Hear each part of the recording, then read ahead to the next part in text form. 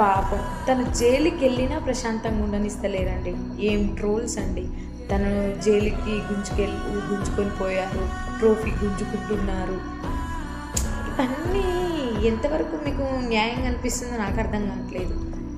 మానభంగాలు చేసి, హత్యలు చేసి, దర్జాగా మేమంటూ కాలరెగులు వేసుకుంటూ బయట తిరుగుతున్నారు. వాళ్ళని ఏం చేస్తున్నారండి? తను ఏ పాపం చేశాడు? తను ఏమీ చేయలేదు. ఆయన జైలుకి తీసుకెళ్లారు కావచ్చు, కానీ ఎవరైతే తనని వీడియోస్ చేసినప్పుడు చూసి నవ్వి అలా చేసిండ్రో అలాంటి సిచ్యువేషన్ నుండి తనతో ఒక సెల్ఫీ దిగితే బాగుండు అనే సిచ్యువేషన్కి ప్రశాంత్ తెచ్చుకున్నాడు.